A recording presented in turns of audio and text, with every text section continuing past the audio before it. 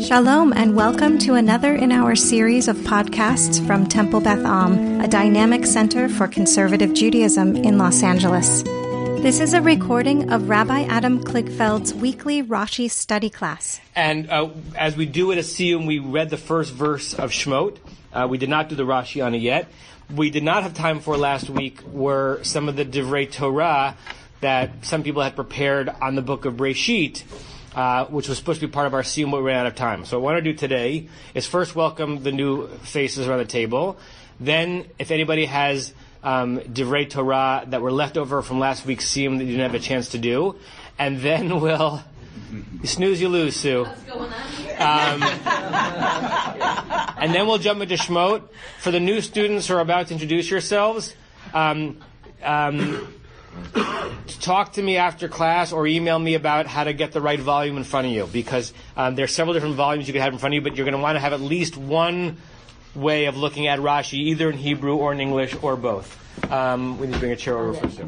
Okay, so let's go around. If you're new to the class, tell us who you are and what brings you here. Starting this way, Wittershims. Yeah. Am I first? You're the first newbie. Hi, I'm Steve, and I heard about this, I think at a bat mitzvah that I attended. And when you spoke about it from the bimah, I just thought, why not? I'm not doing anything Wednesday morning. I'm flattered. Neither are all these people. Just fit. Something that I never really made time to study the Torah, but never too late to start. Great. Welcome, Steve. Hi, I'm Nancy Solomon. I invited Steve's family over for Shabbat on Friday, and then afterwards I get a text that says, come meet me Wednesday morning. So I wanted to do this every time I see it. On Saturday, I'm like, I should study with the Rabbi, and I've never done it, so thank you. Welcome, Nancy. I'm Norm Green. I'm one of the long ago that went to start learning Torah with Shmos, so I'm here. Waited 20 years for this occasion. That's right. I'm Donna Chazanoff. I just happened to be here. My husband said, why don't you stay? True confessions. I'm Barbara Krieger, and I was able to change my daughter's early doctor's appointment for hopefully forever, but anyway, I don't have anything else to do. What's that thing that, like, bowling is that thing you do when you have nothing better to do? Bowling and Rashi. I'm billing my patients, but I'm putting it off for you. Elon. Elon Spar, I've been thinking about doing this for a while, but I didn't want to jump in the middle, and this was an opportunity. Amen. Time for the next 20 years. And Barry, is everything okay? Yeah. Oh, yeah, just minor surgery on my nose. Okay. Okay. No Barb. Okay. Who's got a vort from the leftover from last week? I know Larry does. Larry. Besides the statistical analysis, which if you want I can share with you, my comment is not about a particular Rashi, but rather about Rashi's method and the probable origin of Rashi's commentary. We've learned in class, and it seems to be pretty much well accepted, that Rashi's commentary on the Torah, and most likely also on the rest of the Tanakh and on the Talmud, were based on the shiurim he gave at his yeshiva. I've questioned in class whether in fact it was Rashi who actually wrote his commentary, or whether they represent edited notes of his and his students. There seems to be evidence that some of his students, Shemaiah and Yosef, edited and actually made additions. For me, it's inconceivable that Rashi actually wrote out his commentaries in full as we read them today. Had he done so, I believe that the narrative would have been less cryptic, more fully explained, more systematic and integrative, and frankly, easier to follow. But that's just my opinion. More importantly, we use Rashi as a jumping off point to bring the Torah and Torah, without the article, to life. What happens in this wonderful class is something similar to what happened in Rashi's Shiurim and in B'tei Midrash throughout time and place. We learn and create Torah at the same time, under the guidance of our own master, Rabbi Kligfeld, who brings us his particular insights, but also encourages us to develop and share our own, not only to understand the meaning of the text in a singular way, but rather to see many of the not to understand the meaning of the text in a singular way, but rather to see many of the possible ways to appreciate the text. Perhaps one day, Rabbi Kligfeld will write his own commentary, including some of our contributions. Or perhaps one or several of you will transcribe your notes and attribute them to Rak, R-A-K. Regardless, it's not really the Rashi text that we study, but the Rashi system that we try to emulate. That's my takeaway. Beautiful. There you go. Joking aside, do you want to give a Rashi and what you mean by the distinction between the Torah and Torah? 'Cause I think I know what you mean, but I'm not sure it's self-evident. The Torah is the text that we're studying, the Chumash, the 5 books of Moses, which is the basis of this class. But Torah is the teaching, the learning, the wisdom that's rooted in our tradition, in our texts, and in the commentaries and in our tradition. Yeah. And used colloquially that way in places where Jews study the tradition, that sharing one's Torah does not mean sharing Leviticus necessarily, but your sense of the wisdom that emanates from the tradition, including that which is directly sourced in the Torah. Beautiful. Does anybody else have? Yes, Barry. So I'll begin by, there are not enough of these, but maybe you can share these. I ran out of paper on my machine. And I want to begin with is, actually these are more of part of this thing. So we have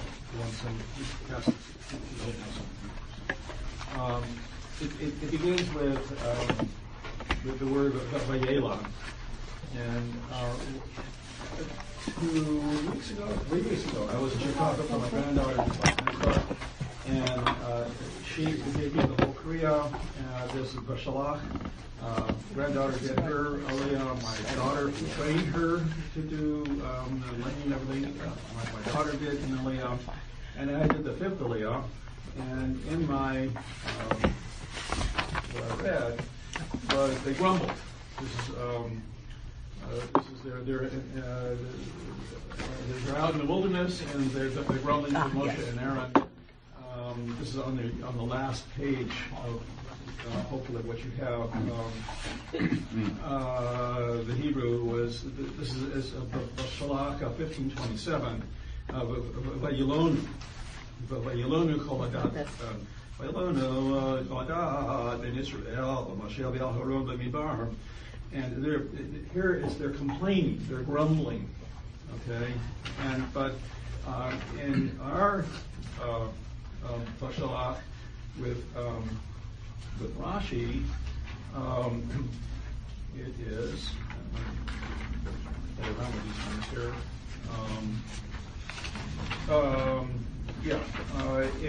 It's in Vayetze 28.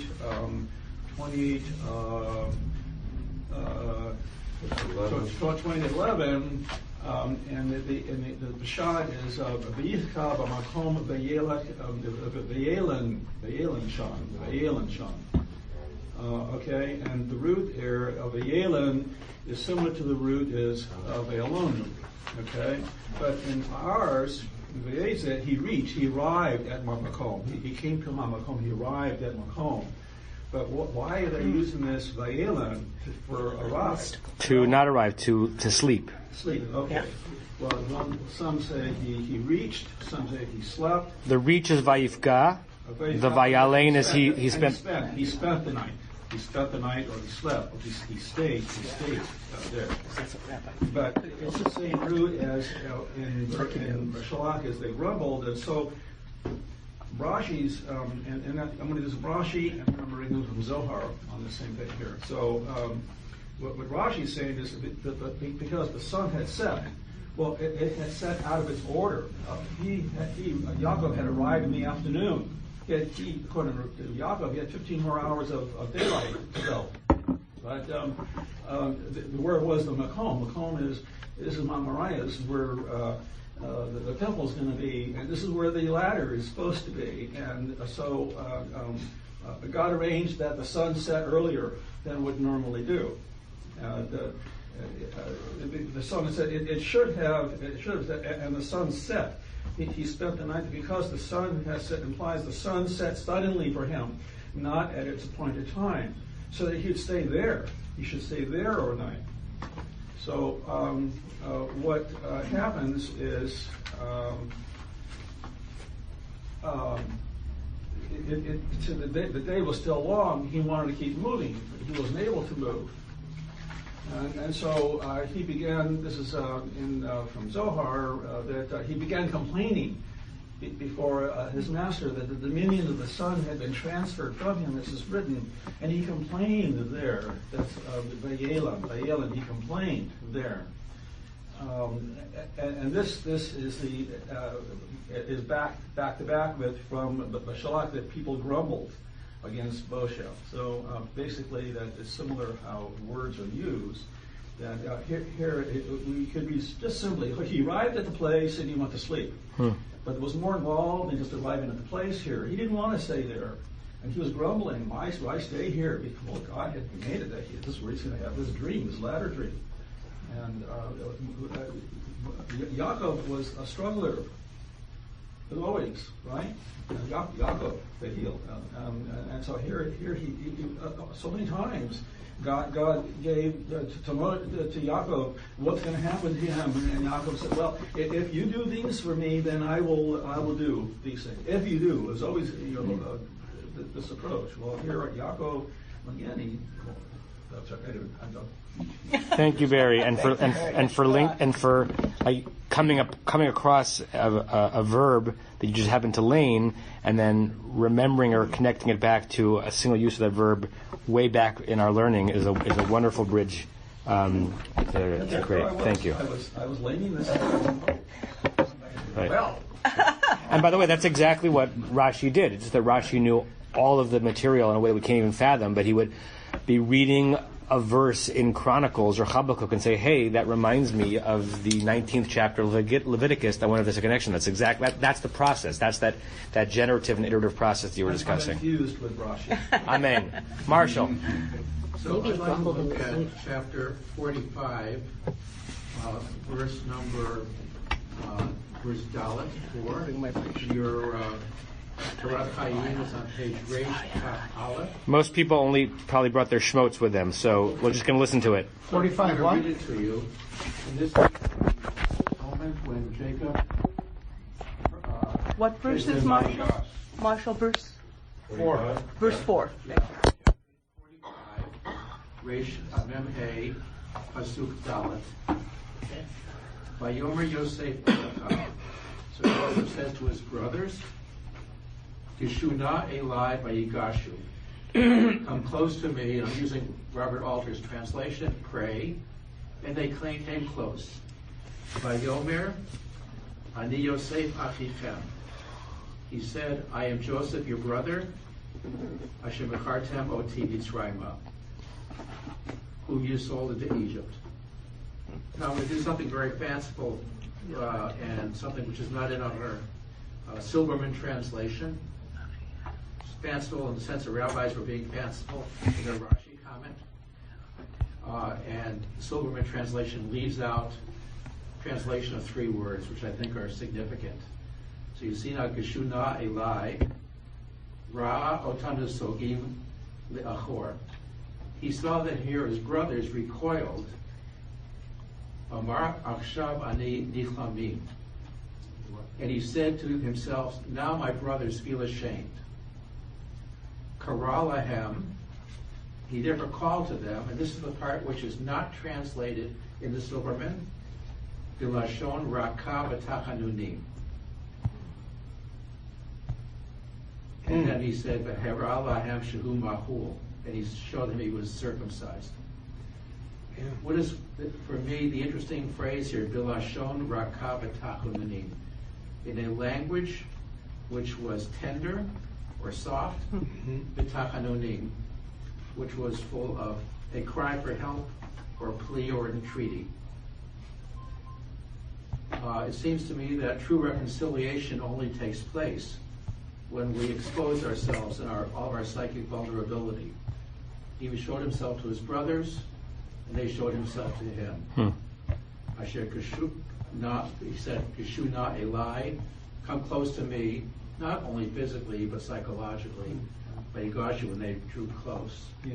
And the rabbis, when they said here, the Heralai Hamshahu Mahu, he said he was circumcised. I can't make much sense out of that. But what Rabbi Kligfeld loves to do is to play around with shorashim, with roots. Mem he lamed here reminds me of another word which letter looks like the hey, but it's not a hey, it's a het. Machul, which means pardoned. So maybe he says, I feel pardoned now for anything I may have done to you, and you should feel pardoned also for anything you may have done to me. Right. And it's all happening within Parshat Vayigash, which is named for just the verb that appears in the first verse when Yehuda draws close to Yosef. But there's a lot of required mutual drawing close in order for that or any reconciliation to happen. Beautiful. Thanks. Joel. I started coming in October of 2016, and by then Joseph was already being appointed second in command. So 3.5 years, I got half of the Joseph story. Are you complaining, Joe? From the beginning of the Joseph story that I thought was fascinating, when his brothers are tending the flock, and Yaakov sends Joseph out to see his brothers. It says the Emek Hebron, from the valley of Hebron. And so Rashi says, wait a second. Hebron is not a valley. Hebron is on a mountain. So what does this mean? I don't know if you guys talked about this. But so he says it must mean that he sent him from the deep council, Me'etza Amuka Shel Tzadik HaKavur B'Hebron, from the righteous man who was buried in Hebron. Well, that's Abraham. So what deep counsel was he getting from Abraham? Well, I'm thinking, what is Abraham a world expert on? Sacrificing his son, right? So he must have known that he was sacrificing Joseph when he sent this out. So the implication is he knew that he was setting all this into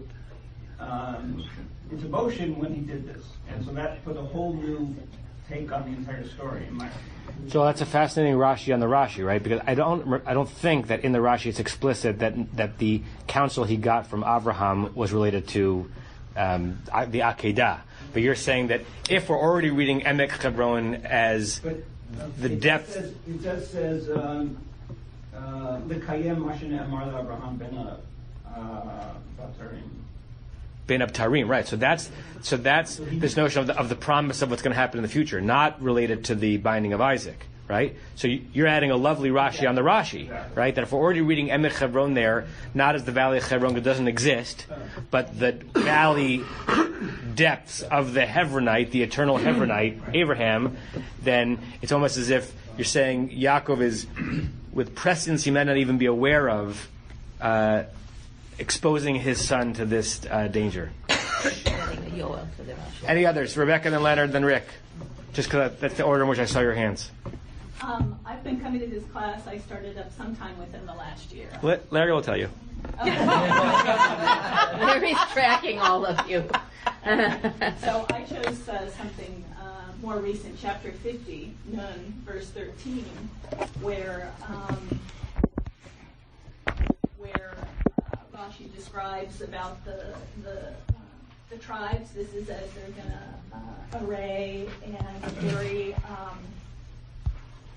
carry Yaakov to the cave of Machpelah, of the field of Machpelah for the burial. At the singing last week, I brought mini cupcakes, and I decorated them each with banners of the 12 tribes. And you may have noticed that included in the banners were Levi and Yosef. And so, as a matter of fact, when I took the cupcakes upstairs, Rabbi Chorny chose the Yosef because she recognized that this was a collectible item. Because Levi and Yosef aren't necessarily part of the array of the 12 banners as we learn about who the 12 tribes were. So, in verse 13, Rashi describes that, Levi will not carry a banner. He's destined to bear the holy ark. and Yosef will not bury since he is king. So Ephraim and Manasseh will be in their stead. So instead it's Ephraim and Manasseh. But I chose to include Levi and Yosef in my banners for two reasons. Partly because I wanted to honor them as sons, and we had read so much, especially in recent weeks, about the sons. But also, as I looked online, it's hard to find the little pictures of Ephraim and Manasseh. Everybody shows Levi and Yosef as part of the banners and the array of the 12 tribes. So it's kind of... Yeah. Anyway, that's my piece. Thank you, Rebecca. Leonard. Most of Rashi's comments are very helpful in understanding the simple text or whatever. But sometimes his comments or the midrash that he quotes is rather fanciful. And so the one that stuck with me is actually from the alternate class. It's in Kligfeld 14:14. Just explain that phrase for those who don't know what that means. The alternate class. The alternate class. Yes, well, The Bizarro Rashi.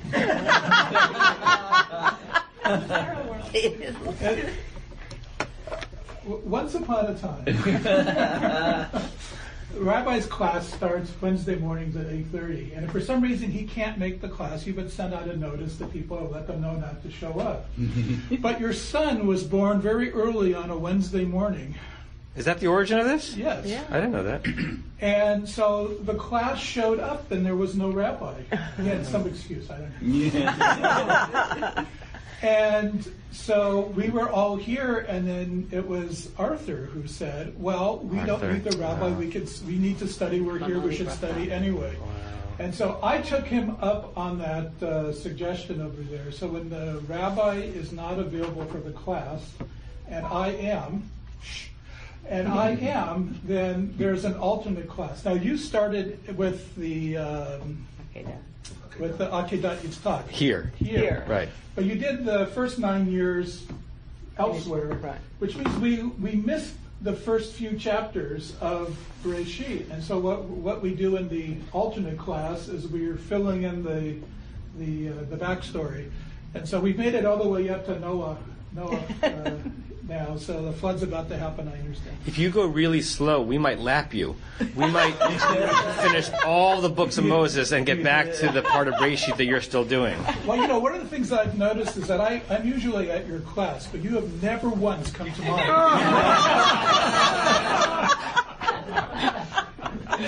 Great.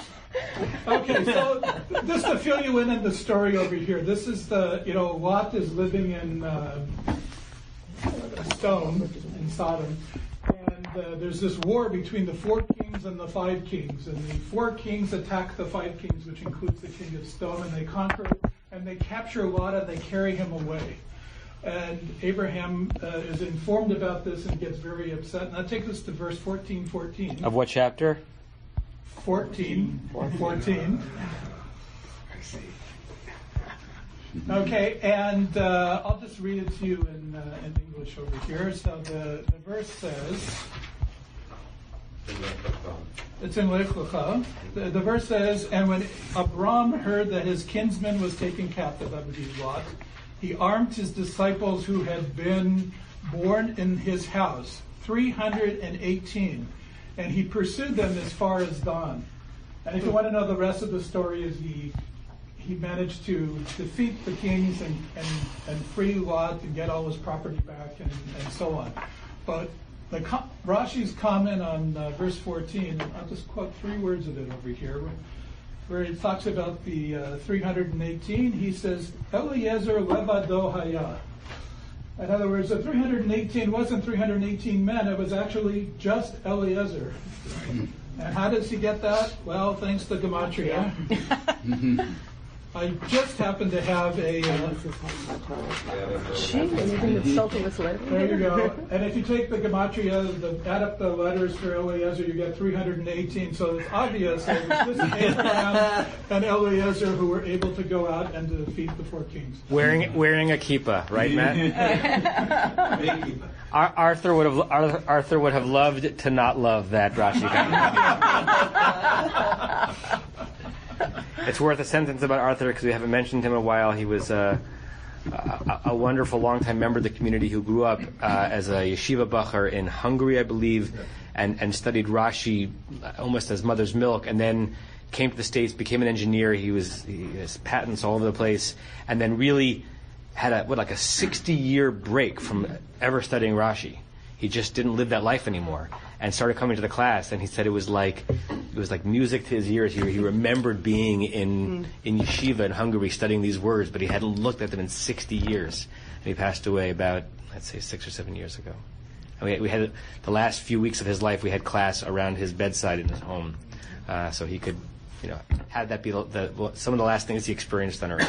But he did not suffer the fanciful Rashi. If it got too far out there, he was not having any of it. Shot, only shot. No hope that one. Yeah. A few more, because we definitely need to study some Shemot today. Just one question. Yeah. How old is Lev?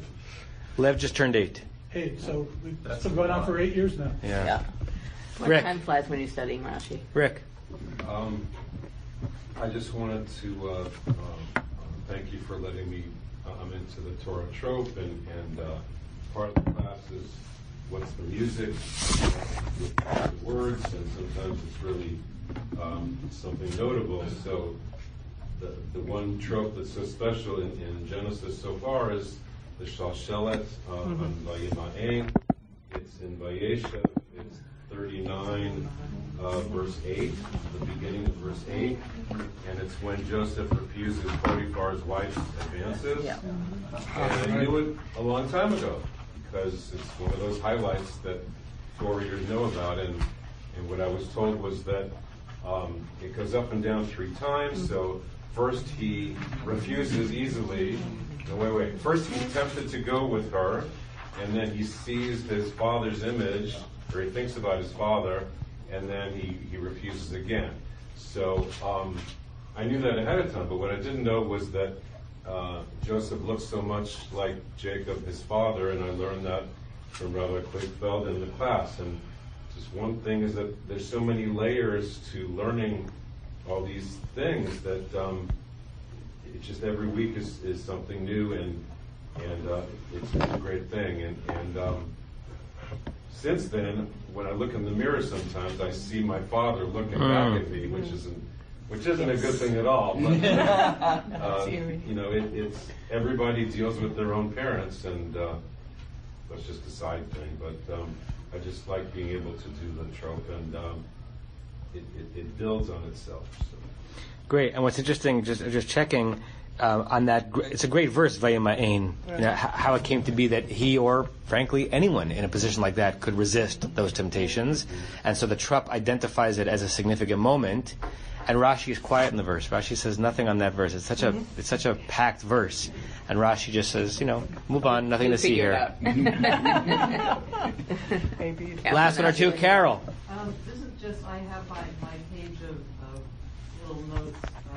Often there are comments that you say. I guess we'll put it in Larry's version of Rack commentary. But this meant a lot to me. You mentioned thinking of Rashi's historical reality being in the Crusades, and that some of these midrashim you said, I thought, that he writes to encourage people that have faith in the most egregious of circumstances. I thought that was really a beautiful teaching. Thank you, Carol. Okay. That was wonderful. Yes, thank you, everyone who shared and prepared. That's an even better coda to the book of Breshit than last week.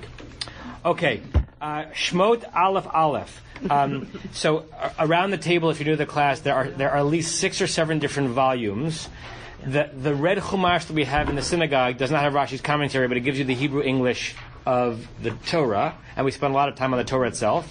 And then at least half of the people are studying out of this volume, which is all Hebrew, but it has Rashi plus about 6 or 7 other commentaries on there. And even if you don't have facility with Hebrew, we look at the Hebrew and unpack the Hebrew, and it's worth having a version of Rashi that at least has the Hebrew if it also has the English. And I can tell you how to order this online. There are also Hebrew-English Rashis Art School produces one, Matsuda produces one, and you can shop online. But if you're going to come to class, which is wonderful, by next week you should have, or whenever you come, you should have at least some version of Rashi's commentary in the book of Exodus, either all in Hebrew or Hebrew English. It doesn't really matter which one. If you want, I'd say, I don't know, every second or third class, we also look at another commentary on this page, either because the person is disagreeing with Rashi or taking a different angle on Rashi, and the only way to see that is if you have this one, but you can also just listen to those parts. You don't have to own that volume. Yes, Matt? Just to note, all of this is available online in the Safari. Right. So, but Safari doesn't have the English Rashi, I don't think? Yeah, It's a Silverman. Yeah. I stand corrected. So, on your app, this is nothing in the history of Torah study, including the publication of the Talmud itself, will have ended up having a more amazing impact on the ability for our tradition to continue to deepen itself than the Safari app. It's unbelievable. It's a free app that has everything, that has the entire canon in it at a touch of a finger, including in many places the translation in English. So you can also do it out of an app, although books are nice. So you can do it out of the app. It's Sefaria, Sefaria, and it's free, which is unbelievable. Okay. But you should contribute. Thank you, like Wikipedia. Okay. And Beth. Okay. So, which isn't free, and you also should contribute. Okay. Shmot Aleph Aleph. Let's read the verse again so we can get into the Rashi. Joel, the Eila Shmot B'nai Yisrael. I just did half the verse for you. Go ahead.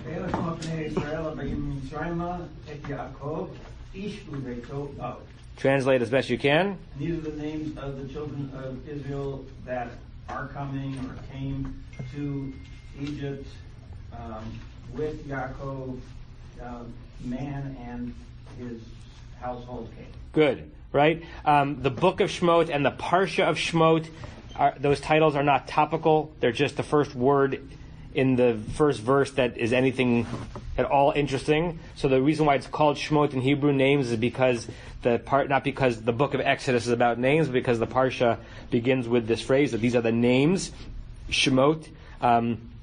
Just a tiny bit of Hebrew grammar, right? It's Shmot with a shva under the shin, not Shemot. Shemot are names.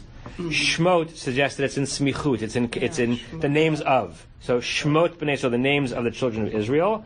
And Joel correctly vacillated on how to translate Habaim because the sense seems to be past tense. They came, but the verb is present tense. Who are coming to Egypt, right? Just like Baruch atah Hashem noten haTorah, as you have in Aliyah. Blessed are you, God, who is giving the Torah. Right? Correct. It's translated off in the past tense because that's the implication, but it's interesting that the verb is a present tense verb. Right? So sometimes that in and of itself is an opportunity for Midrash. And here, yes? It also ends in Ba'u in the past tense. Right. So correct. A greater impetus that is meant to be in the past. Right. Correct. Can Joel just repeat the translation, the beginning of the translation? These are the names of the children. You have something on that? I do. The Vav? On the Vav. I mean, right. It's really, for me, it's weird, but it's not weird, because very often in conversation, people will start a sentence with and, even though it's not and of anything. Right. But this is a new book. Yeah. But it's you can argue that we're connected, but this is a brand new book. So you would say, Eila Shmot B'nai Yisrael. Great. Why do we say Ve'ela? Great. I've never ever thought about that. My father would have edited that Vav out. He would never permit me to start a sentence with and. Right? Here you could have argued Shmot. So there are many Vavs. But because we have some new students, I'm gonna say some things that some of the regular students already know because I want to build a sense of common knowledge of what we're discussing. There are many Vavs in the Torah. It's one letter. There's Vav HaHipuch, which changes the look of a verb or the meaning of a verb from what it looks like a past tense into future and vice versa. There's Vav HaChibur, the Vav which connects ideas or sentences from the previous one. So in Hebrew, in biblical Hebrew, you can begin a sentence. In fact, you begin many sentences with Vav, many parshas. Vayetze, Vayishlach, Vayera, Va'era, Vayigash, Vayechi. Right? There are a lot of parashot that begin with Vavs. Here, the name of the parsha isn't Ve'ela, but it could have been. It's Shmot. But yes, it's a not only a parsha, but a book that begins with an and, perhaps suggesting continuing the story from where we left off. Diane, Sue? So imagine a storyteller actually telling the story. The and the present tense in the middle of the story. And these are the names of the children of Israel who are coming to Egypt. Great. So like as imagining an oral tradition, it makes sense. Yeah. Great. By the way, Onkelos is the oldest extant translation of the Torah in full into another language. Right, so the Septuagint is older, but I don't think it's as complete, and it's translated by a convert to Judaism into Aramaic. And we always say that it doesn't necessarily mean that Onkelos was correct, but it gives us a sense of how the Torah was understood on the street back then. He translates both verbs as past tense. V'ilein, ve'ela, shmahat b'nei Israel, the names of the children of Israel, de'alu, that, by the way, he doesn't only keep it put in past tense, he changes the verb, that came up from Egypt. To Egypt. Although in Aramaic, ayin lamed can also mean to enter, right? That entered Egypt doesn't necessarily only mean to go up. With Jacob, translating that et in Hebrew into the im, making clear it's a with and not a direct object. Gvar ve'enash, a person and his household. Beite, alu. So in both cases, Onkelos translates the verbs into past tense because it's clear that that's what the impact of the word is supposed to be. We talked a lot about how, like, there's the word and then there's what the word is supposed to make you think. What the word is supposed to make you think here is that this happened. Sue, you were going to say something? No. Okay. That was, but it's irrelevant. Rosemary and then Norm. My translation is now. These are the names. Now. So when you So are telling a story, you can say now it's like that. Right. Now is how is a rendering of the and. Correct. Yeah. Norm? I think in some way we can look at the first phrase as introducing the book and the second phrase as beginning the substance, so that it says, these are the names of the children who are coming to Egypt. And that's the introduction. And then it says, each one came with his household. Yeah. And then we're going to have the actual names in the next sentence, I think. Yeah. Let's jump into the Rashi, because I want to make sure we've done at least one Rashi today. Yes, what's your name again? Alan? Anything except late for dinner. Okay. The emphasis on the word alu in terms of going up. Mm-hmm. You know, I mean, why does Onkelos use that word? Right. So I half misspoke and then tried to half correct myself. In Aramaic, the root can mean to go up like in Hebrew. It also can mean just to enter. Like it can mean to enter that has nothing to do with going up. It's just a root that means to enter. So it could be here that his alu is not like an ironic. Don't we know they're going south? Isn't Aliyah to Israel? It's just the Aramaic for coming, entering is alu. It's probably just that. So I probably should have not first translated it as ascend. Okay, so Rashi focuses on something in the verse that we haven't focused on yet, which makes it even more interesting. Joel. So not everyone around the table has a Rashi. So if you don't have a Rashi in front of you, look at someone who does, because it's important just to actually see the words.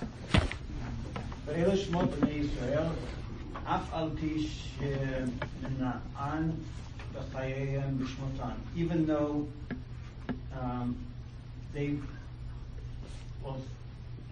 were mentioned, or he mentioned them. What's the root of Shemina'an? Mem nun hey means to count, like minyan.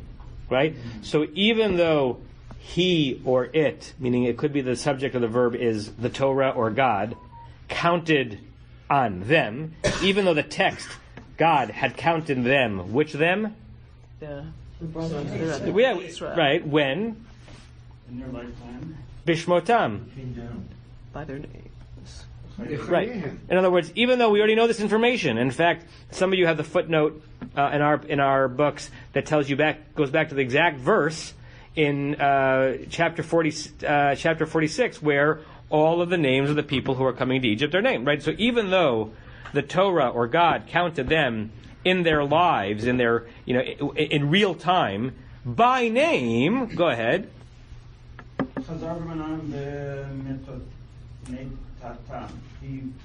It repeats their names during after death. Achar. What's achar?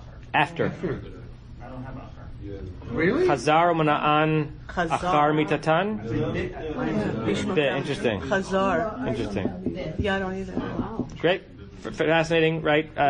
99.99% of the words in all of the versions of Rashi's commentary around the globe are the same, and every once in a while you have a tiny, tiny word that either means nothing or something that got changed in a manuscript, right? Let's just linger for the 173rd time how amazing it is. This guy sat down in an office in Troy in the 12th century and wrote this down, and we have it. Yeah. Because they didn't know then that he was going to be Rashi, and somehow someone thought, I sometimes shudder thinking about, were there other Rashis that never became Rashi but could have been better Rashis, but the house burned down, or they were killed in the Crusades, and the manuscript was lost. Right? It's amazing that any emerged. Okay, so Bim Mitzatan, at their death or after the death. It's interesting. Bim might make a tiny bit more sense because we're about to learn that all of these people died. But we, the reader, haven't learned it yet. We're going to learn it in verse 6 or something, right? So it might be that the bit mitatan makes more sense, although there's a concept certainly in Jewish study of text, maybe others. I think the Latin is legio difficultare, something like if you have two different versions of a text, the one that makes least sense is more likely the original one. Because it's more likely that it was corrected to something that makes more sense. Someone's saying, "Oh no, he must have meant this," than the opposite, that it originally made sense and someone corrected it to make it make less sense. So that's a theory that no one can prove, but that oftentimes you're looking at two different manuscripts from the Talmud or the Midrash or the Tanakh. The least reasonable one might be the original one. So it might have been Achar Mitatan, and someone said, "No, he must have been Bim Mitatan," because they haven't died yet. Okay. So the Torah comes back and counts them after or upon their death. Why? Chibatan. What is chiba? To love. Love for, chibat Zion, the love of Zion. Chovev. Right? It's probably related, at least indirectly, to ahava, right? That hey and chet that Marshall were talking about. They're not exactly interchangeable, but they're cousins, right? So, and they're cousins on sound. So if hav is love, then chav might also be love or adoration, right? So this is all to teach us really the love of them, chibatan, love of them by whom? God. By God, okay? And in what way?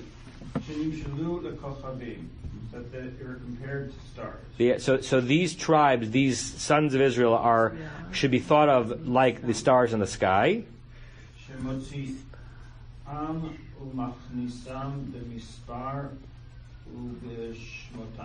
Okay. That took them out and brought them in as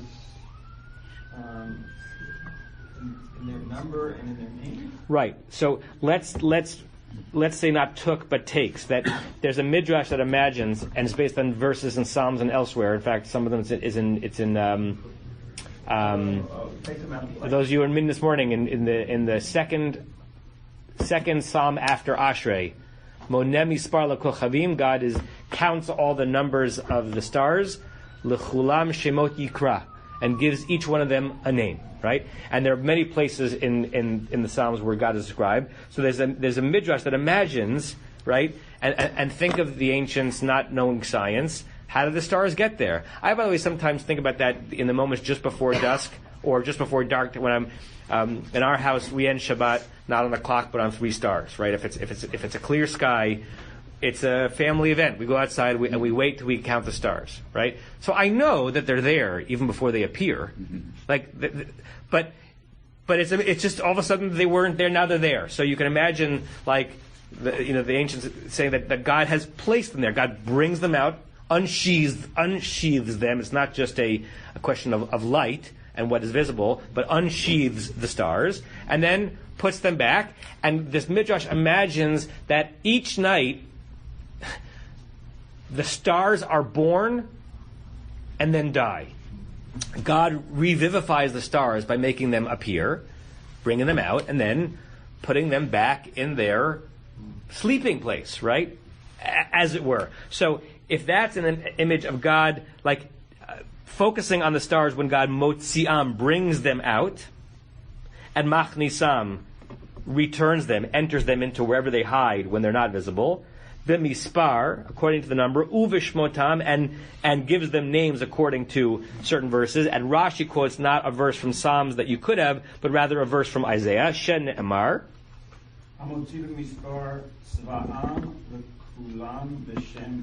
Almost an exact version of the verse from Psalms, but if you translate it, how does it go? And who takes them out in numbers, in large quantities, and each one he shall call by name. Right. So Isaiah has an image also of God of bringing out the stars, tzva'am, their whole host, that array of stars in the sky, and gives each one of them a name, and then puts them to bed, tucks them in, right? So when we wake up in the morning, God is tucking the stars to sleep. So let's see, make sure we understand the Rashi, and then we can spare what he's saying on the verse. Who has hand up? Sue, and then Rick. Hello. Oh, me. Yeah. Unless you've changed your name. I'm calling you by name. I'm putting you to sleep. I'm just trying to get this. This is all to explain Ve'ela Shmot B'nai Israel. This is all to say, we're not just talking about Reuven and Shimon and Levi and blah, blah, blah. We're talking about the whole galaxy. I don't get what we're talking about. Okay, so let me explain what we're talking about, and then we can assess it. So Rashi is annoyed, interested in another redundancy, right? If Rashi says, if anyone were to survey anyone who's been reading closely the book of Genesis, does anybody not know the names of the tribes who come to Israel? Do we not know who God is? Do we not know who Reuven is? Of course we know, right? So you and I will say, well, it's a good way to begin the book. It's a review. Rashi says, or we learn something here that the way the Midrash and Isaiah and Psalms imagine God having a relationship with the stars, naming them as they come out, and naming them as, I put Polaris here, I put Ceres here, I put, Ursa Major here, naming them as he puts the stars to sleep in the morning, right? God, the Torah, gave each of these tribes names as in their lifetime as they were going into Egypt, and now as they are going to their rest, their story is over, they're about to die. Who's dying? Reuven and Gad and Issachar and Jacob and right that this is a loving. If the author of all of this is the Holy One, this is not information that we need for data, but a way of saying God is putting the tribes to bed by name. That's what Rashi's saying. Now we can figure out does that make sense? Do we like it? But that's the pshat of the Rashi. Rick and then Stevie. Rashi's also echoing the dream of Joseph when they were all described as stars. Very good. Very nice, good. Nice. He could have picked any sentence, but he... Very good. Yeah. I hadn't thought of that. Wonderful. Very evocative. Stevie. It's also worth pointing out that the first Rashi on each book of Chumash is in some way God's doing this to show something in a loving way. Say more, because I have at least one of them in mind, but I'm not sure the other ones. Right, so the beginning by Yikra is, right, Rashi says, right, he calls to Moses before speaking to him, because it's more lovingly. And at the beginning of Numbers, it's the census, and he says the census is because it's like a king who likes to count his jewelry or whatever. And, right, the beginning of Devarim is that he's about to rebuke the people, but he's going to, use it by reference instead of explicitly telling them that they've sinned. And Breshit? Breshit is a more complicated thing, but he at least uses the language of saying that, he wanted them to, have this land or something. You got to write that article, Stevie. That's great. Wow. An article on what connects Rashi's first comments on each of the 5 books of the Torah. Yeah. That's awesome. And in at least one case, it's like he actually does have a comment on the words of the verse, but his first comment is more on the idea, and then fascinating. Yeah. Thank you, Stevie. Comments or questions?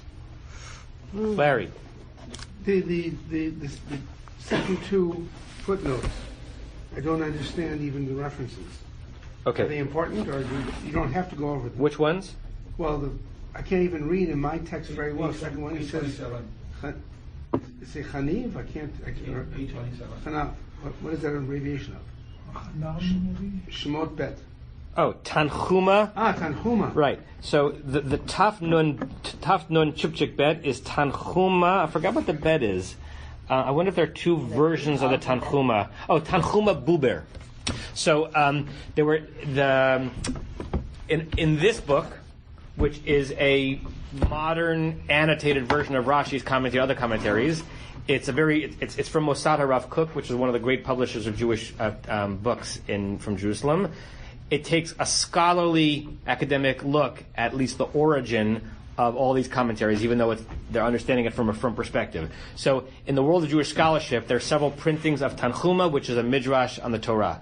One of them is called Tanchuma Buber, because it was edited by not Martin Buber, the philosopher, but I believe his father or grandfather, Shlomo Buber, and he did this in like the 1870s or something, and it's one of the ways you can study Tanchuma Buber. And in the two versions of Tanchuma, the actual chapters are different. So if you're making a citation, you have to cite which version of Tanchuma you're citing, because it'll appear in a different place in the other Tanchuma.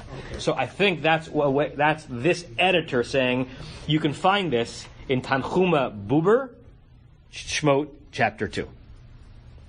And the third footnote? That long footnote, I have not read it, so let me... the word uveshmotam, which is the last word before the Shnamar, Birashi, Sheberamban. Ramban, not Rambam, Nachmanides, Rabbi Moshe ben Nachman, who lived in Spain in the 13th century. 13th century. So about 100, no, maybe 14th century. 100 years or so after Rambam. 1263? So 13th century. Who's also on our page. He quotes Rashi a lot, usually to tell us why he thinks Rashi is wrong. Sometimes his version of Rashi is different than ours. Because even then, 150 years or so after Rashi, the versions of Rashi that people had in front of them were commenting on already had some divergence. So, this editor is saying, Barashi Sheberamban, in the version of Rashi, within Ramban's commentary in the verse, Leita Milazo, this word Uveshmotam does not exist. And also, he quotes the Tanchuma, which suggests that Rashi might be taking license with the Tanchuma, or our version of Rashi is not accurate, or Ramban's version of Rashi is not accurate, something like that. But I'm not sure it impacts meaning. Let's go around, Leonard, Steve, and Norm. Well, I'm noticing that we didn't see this in Bereshit, but for Ibn Ezra, there's a long and a short version. Right. What's that about? Yeah. Ibn Ezra is a Spanish commentator focusing a lot on the grammar and a specific way of understanding the verse. And yeah, there are two versions of Ibn Ezra that are extant, one called long, one called short. What's interesting about it is that sometimes, wait for it, the short Ibn Ezra has a longer comment on a particular verse than the long Ibn Ezra. It's like being in Bulgaria where this means yes. It's unbelievable how confusing that is. You know, can I have a cup of coffee? And that means yes. It's so unnerving. So it's also equally unnerving when the short Ibn Ezra is longer than the long Ibn Ezra. But that doesn't exist for Genesis? Right. I forgot. It could be. Do we only have straight Ibn Ezra? We definitely haven't seen that. Then that's possible. Then I guess so. Yeah, I've never focused on Ibn Ezra nearly as much as on Rashi, so I don't know it as well. Steve and the Norm that won the class. I'm curious. So when they talk about it here, these people are all alive, right? But then for a little bit, right? But then we get to the Pharaoh didn't know Joseph, right? So now these people are dead as the story moves forward in this book. So that's why he's connecting them to their deaths. That's why he's talking about them as stars who are dead, because in that particular passage, he's sort of, yes, right? So the next 4 verses that we'll get to in the next few weeks give their names again, and then if you just jump ahead quickly to verse 6, right, which is the next verse after just the names and numbers, Vayamot Yosef v'chol echav v'chol hador hahu. Joseph and his brothers and that entire generation died. Now, where do we place the data in that verse in the story? Have they already died before we actually are reading the verse we're reading now, and this is just introduction, or are we actually having it be in real time? It could be that we should read this whole set of verses as a singularity. So they've died, but before I tell you they've died, even though they have died, let's review what their names were. And Rashi says the review of the names is to show God's love for them, that we should remember them as we put them to eternal sleep. But they're about to die. Because it doesn't just say, and his brothers all died. Right. Or the people all died, because he names them. Correct. That shows his affection. Correct. And because he names them, and we don't know that, we don't need that info because we have it. Norm, last comment. I just think it's wonderful to think of God as checking on the stars, identifying each by name every morning, because 1,000 and more years ago, anybody who looked at the stars didn't see them each as being a rival, probably exceeding in size our sun. Yeah. They were just little things up there, very small. Yeah. And if God paid that much attention to them and had distinct names for each of them, how much the more so can we count that He knows each of us, right, and knows us by name and relates to us individually. Right. That's the hope, the fantasy of the theological possibility, right? And also this notion that dawn is the birth of the day, and the death of the daily death of the stars. You have been listening to another in our series of podcasts from Temple Beth Am, a dynamic center for conservative Judaism in Los Angeles. If you enjoy these podcasts, we invite you to write a review on the Apple Podcast site or wherever you get your podcasts. For more information about Temple Beth Am Los Angeles, go to tbala.org.